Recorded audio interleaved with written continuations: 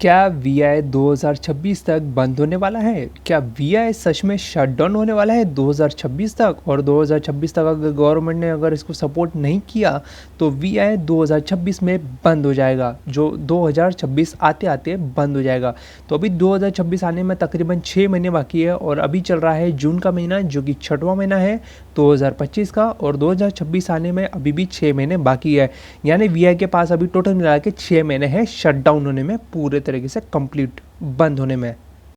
अगर Indian government Vodafone idea को अगर कोई फाइनेंशियल सपोर्ट नहीं करता, या उसका 18,000 जो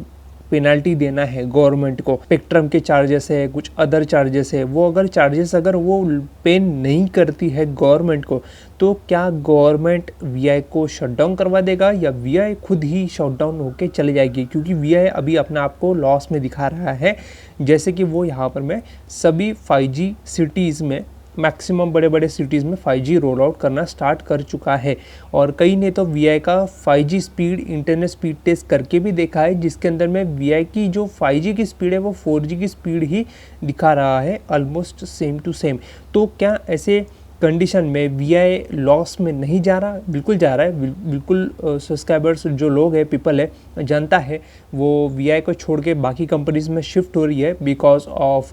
जो वीआई 4G की सर्विस जो अभी दे रहा है, उसी के 4G की सर्विस के अंदर वो 5G के प्राइस ले रहा है। तो जब वो 5G के प्राइस चार्ज कर रहे हैं और सर्विस 4G की दे रहे हैं, तो कोई भी यूज़र समझदारी दिखाते हुए एक 5G का नया फ़ोन परचेस करेगा, 4G परचेस करके दूसरे कंपनी में शिफ्ट कर देगा, स्विच कर देगा। तो इस तरीके से यहाँ पर वोडाफोन आइडिया के जो कस्टमर्स हैं, वो कस्टमर सब्सक्राइबर्स लूज़ कर रहा है पर मंथ। लाखों की तादाद में, लाखों के क्वांटिटी में लोग जो है वो वीआई को छोड़ के बाकी अदर कंपनीज में जा रहे हैं।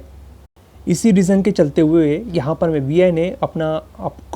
अपने कंपनी को 2026 तक अगर किसी तरीके से ये 18,000 जो उनको पेनल्टी भरनी है या जो भी है, वो अगर गवर्नमेंट को भरते नहीं है, या उसे और थोड़ा भरने के लिए इनको और थोड़ा टाइम एक्सटेंड नहीं किया जाता, या किसी तरह के गवर्नमेंट के सपोर्ट या कुछ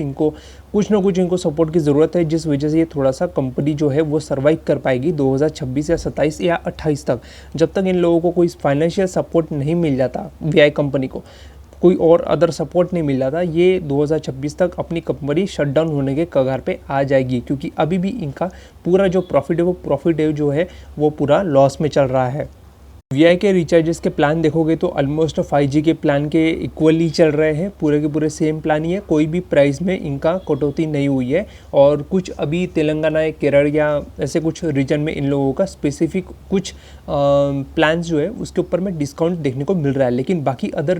डिस्ट्रिक्ट में या बाकी अदर स्टेट में तुम्हें उतना ज़्यादा डिस्काउंट देखने को नहीं मिल रहा। वही प्लान चल रहा है जो इसके पहले इन लोगों ने डिसाइड किए थे। और अभी हाल ही में सुनने में ये आ रहा है कि 2026 के पहले एक और प्राइस हाइक आएगा, उसके बाद में बहुत सारे सब्सक्राइबर जो है वो वीआई को छोड़ के बाकी कंपनीज़ को छोड़ के बीएसएनएल में शिफ्ट होने वाले हैं, क्योंकि एक और बार अगर प्राइस बढ़ता है रिचार्जेस के, प्लान्स के, डाटा प्लान्स के, कॉलिंग प्लान्स के, अगर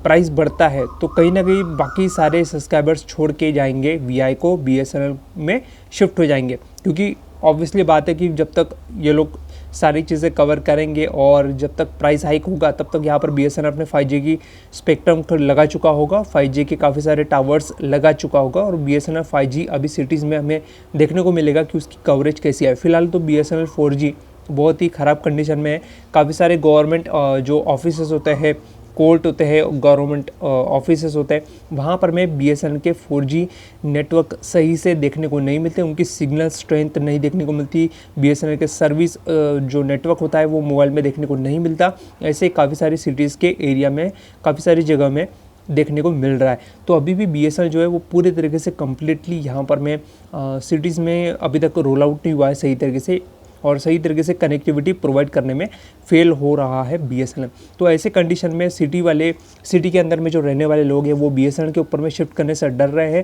क्योंकि जिस काम के लिए हम लोग को सिम में या अपने जो मोबाइल नंबर है वो पोर्ट करते हैं दूसरी कंपनीज़ में, वो काम अगर एक कंपनी एक कॉलिंग करने का, एक सिम में सर्विस प्रोवाइड करने का, या एक इमरजेंसी में कॉल करने का जो फ़ायदा होता है हर एक सिम कंपनी के एक बेसिक नीड होती है, वो नीड अगर BSNL जैसी कंपनी अगर नीड कंप्लीट नहीं दे पा रही, वो सर्विस नहीं प्रोवाइड कर पा रही, तो मतलब बहुत बड़ी बात है। तो लोग जो है वो इसी वजह से BSNL के अंदर में शिफ्ट होने से कतरा रहे हैं और एक्स्ट्रा पैसे दे के बाकी कंपनीज़ के अंदर में टिके हुए हैं। जब तक BSNL पूरी तरीके से स्ट्रॉन्ग कनेक्टिविटी प्रोवाइड नहीं कर देता सिटी के अंदर में, लोग जो है वो पैसे बर्बाद करते रहेंगे।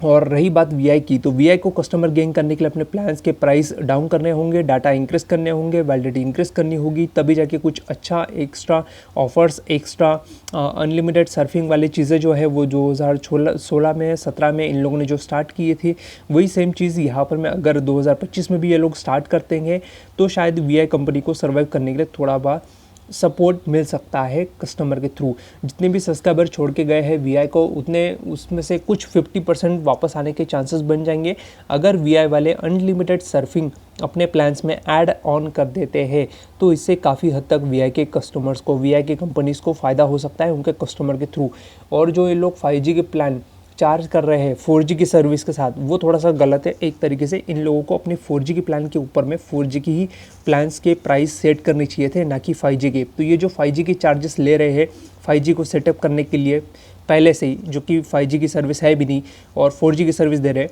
तो वो थोड़े से एक तरीके से गलत हो गया। वो अगर प्राइस अब ये लोग डाउन नहीं करके रखते VI वाले, तो शायद ये कंपनी को इतना बड़ा आज घाटा नहीं होता। तो कहीं ना कहीं इसके पीछे VI का ही खुद का ही हाथ है, जो खुद का ही नुकसान ये लोग करवा रहे हैं। तो अगर अभी भी लोगों को अगर अपनी कंपनी सर्वाइव करवानी है, बचानी है, तो स्टिल अभी भी इनको अपने कंपनी के जो 5G और 4G की प्लान्स है उसको डिवाइड करना होगा। ओनली कॉन के प्लान्स जो है वो डिवाइड करने होंगे, तभी जाके VI की कंपनी जो है आगे जाके सर्वाइव कर पाएगी। अदरवाइज़ इनको सर्वाइव करना बहुत ज़्यादा मुश्किल और डिफ़िकल्ट हो जाएगा 2026 तक। तो अगर आप लोग अभी VI की सिम से किसी अदर कंपनी में अगर स्विच करना चाहते हैं या पोर्ट करना चाहते हैं, तो मुझे कमेंट सेक्शन में ज़रूर बताइए कि आप लोग किस कंपनी में स्विच करना चाहेंगे और क्यों करेंगे और कैसे करेंगे और कौन सा प्लान चूज़ करेंगे, ये ज़रूर नीचे कमेंट सेक्शन में बताना मत भूलना। तब तक के लिए लाइक करो, शेयर करो, सब्सक्राइब करो। मैं मिलता हूं अगली वीडियो में, तब तक के लिए धन्यवाद।